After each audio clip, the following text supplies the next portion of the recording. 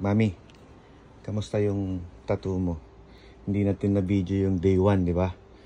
So, but I have picture ng day 1. Yung day 2, patingin ako ng day 2. Asan yung day 1? Day 1. Oh, man. Ang lala niya ng day 1. Grabe, no? Grabe. Patingin ako ng day 2. Day 2. Hindi na masyado. Pero pagaling na. Pwedeng hawakan ng gilid. Gilid lang. Gilid. Masakit? Dito?